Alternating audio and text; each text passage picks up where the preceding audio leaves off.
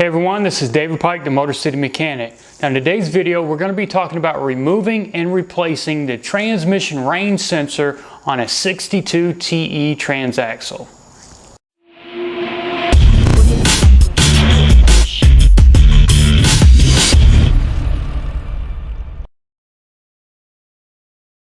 Now at this point, the 62 TE is Chrysler's most common transmission that you're going to find in front-wheel drive vehicles. And from time to time, there may be an issue related to the range sensor. Could be a check engine light with a code, or you may have a problem when it comes time to cranking the engine. Nothing may happen. You may try multiple times, eventually it does crank. Or you have to move the shifter down to neutral and it fires up then, or you have to put it back and forth and back into park, and then finally it works as it's designed. The most common cause for that, a bad range sensor. Now of course, it was designed to not be easily serviced, so it's not mounted on the outside of the transmission, it's mounted inside. And there are a few things you do need to take off in order to get to it. Now the steps in the service information state that you're supposed to remove the valve body when you're removing and replacing that transmission range sensor. But if you watch this video, one thing you're going to notice is I never touch the valve body and I never take it out. It's not needed. So don't follow those steps in the service information. Follow the video and everything will be a whole lot easier in the end. So for now, let's cover a couple important details about that transaxle and some of the vehicles that it's in. Now depending on the vehicle that the transmission's in, you may have to take different components off that you wouldn't on others. For example, on a 200, you've got the air filter box assembly directly above the transmission that you would be removing. On the majority of all the minivans, you've got a coolant bottle on the fan shroud directly in front that would help to get out of the way so you can get to all the bolts on the front.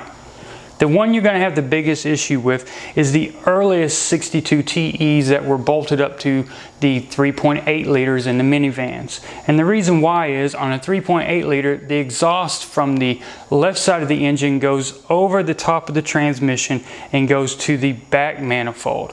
On all the other engines, it goes underneath, so they're not an issue. But on the 3.8 liter and 62 TE combinations, you're going to be dealing with that crossover pipe. And that can be a pain sometimes depending on how long it's been on and if the bolts are rusted. But once you get it off, the procedure is going to be the same just about on all the other vehicles I'm about to show. Now the 62 TE has a total of 3 stamped steel metal covers. We've got one right here for the transfer gear, we've got one down below where the transmission filter is, and we've got one up under this insulated cover. It's this insulated cover that we've got to remove so we can get access to this cover, because this cover needs to come off when we go to access that transmission range sensor. And it's also the one that the main transmission connector plugs into. Now before we can actually remove that insulated cover, we've got to do something with these 2 transmission lines. Now what we're going to do is we're going to disconnect them from the transmission.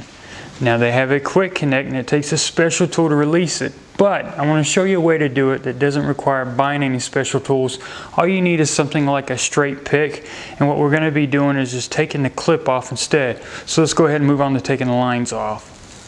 Now where both transmission lines go into the transmission, you'll see that there's some plastic caps. We've got a grayish white colored one here and a black one. Now that one's there to actually make sure that the clip stays in place. All you got to do there is just lift up and rotate to get it off. Do the same on the other one. And now we're going to have access to that clip that I was speaking of. Now if it's been on there for a long period of time, one thing you may want to try to do is spray a little WD-40 up in here. That way you have a little help when it comes to taking that clip off. But mainly what you want to use is something either like a small flat tip screwdriver or a pick, and you want to find one edge to get up under. Wedge between the clip and the side of the housing for that quick connect. Start pulling one side out and work it around, and then try not to lose it. By doing this, we don't have to use this special tool that would normally slide over here and that you would rotate slightly to release those locks. Just by pulling the clip off, now we can actually work on wiggling and taking the line off, and we'll repeat the same thing for the other side. Now one thing you can do so that you don't lose this clip is go ahead and reinstall it on a quick disconnect. You're going to need it reinstalled anyway before you insert the transmission line at the end of the repair when you're done with everything. Now what you're paying attention to is these 3 areas right here. Those have 3 slots that they line up with. What we're looking for is a flat area for both of these to slide on. So what I'm doing is I'm finding a location here on the quick connector. I've got it in the groove and I'm going to start squeezing it onto it and let it snap into place. Now I know it's fully seated. So at the end of the repair, if I'm grabbing that transmission line and inserting it, just a slight little rotation while pushing down will be enough to lock it in place. And then what you can do is you can look around the perimeter to see if you see those 3 little cutout areas around. And if you do, you're fine. Then all you would do is slide that plastic cover back down over it. Slide it on. You might have to rotate it. And then that way you know the clip's staying in place. But remember, this is what we need to do when we go back with everything. I just thought I'd go ahead and point it out while we had it off. Now with those transmission lines off, we've got more access to that insulated cover. Now there are a total of 3 studs that are used to hold the transmission pan on that actually come through that insulated cover. And then we use a series of 3 little metal clips to hold it in place.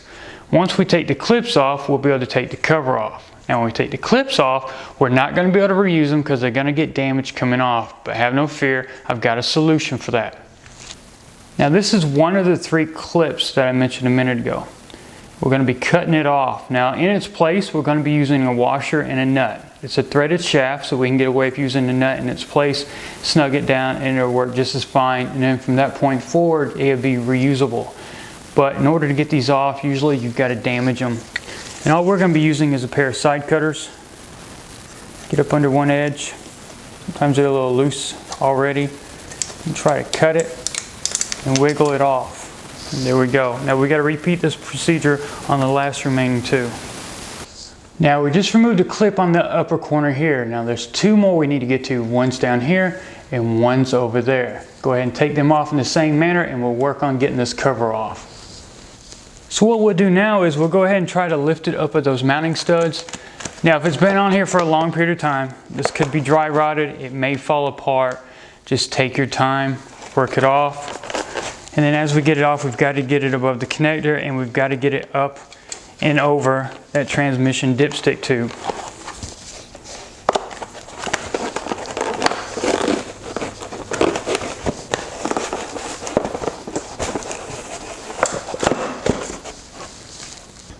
And one thing you need to ask yourself before you take this side cover off is, are you going to be servicing the transmission at the same time? The filter's in the bottom pan. Now, if you haven't done it in a while, I highly recommend doing it at this point. If you have, then you don't necessarily have to. Once we take this bottom pan off, all the fluid's going to come out. We don't have to worry about anything coming out when we take the side cover off. But if you're not going to do a filter, once you take this off, you will lose some fluid coming out the side cover. Put your catch pan up under the transmission. You need to probably suck some of the fluid out as well because you want to have a nice dry surface around the perimeter when you go to reinstall the cover using RTV. So that's something to think about. Now for the sake of this video, we're going to go ahead and drop the bottom transmission pan. Now that lower pan that has that transmission filter in, if you're looking at it from down below looking up, you've got a total of 12 bolts around the perimeter. Now when you go to take this loose, a little trick I highly recommend doing is finding 2 opposite side bolts, for example this one and maybe one over here, back them out a few turns but leave them. Take the rest of them off. That way when you break the pan loose, it doesn't just fall because you're going to have a lot of splash of transmission fluid coming out. So we want to kind of keep the pan up there the best we can to kind of capture as much as possible without making a big mess. So we're going to go ahead and take all of them off except for this one and one over here, and we'll back those off a few turns.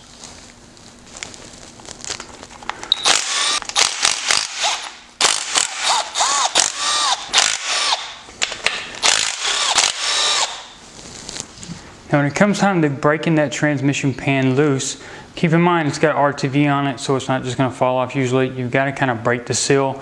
Sometimes a gentle tap on the side of the pan with a hammer of some sort is enough to break it loose. Remember, we don't want to dent the pan in. Gentle taps. If that's not enough, then grab you something like a flat putty knife, find a corner or an edge, and tap on it there, and work your way around the perimeter to break it loose.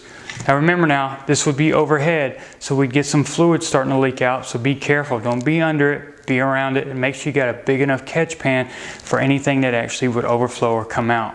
And remember, we still got the 2 bolts here holding the pan in place so it's not just going to fall. Now once we've got that seal broke loose all the way around, the pan is actually loose. We've got fluid coming out. We've got a catch pan up under to catch it. We can go ahead and take the 2 remaining bolts out. Make sure to hold the pan in place while you're doing that. Try not to lose the bolts. Grab the pan and gently lower it. So at this point we're ready to take the 3 studded bolts off in the corners and a total of 10 8mm bolts. And then we'll take this cover off much like we did the pan on the bottom.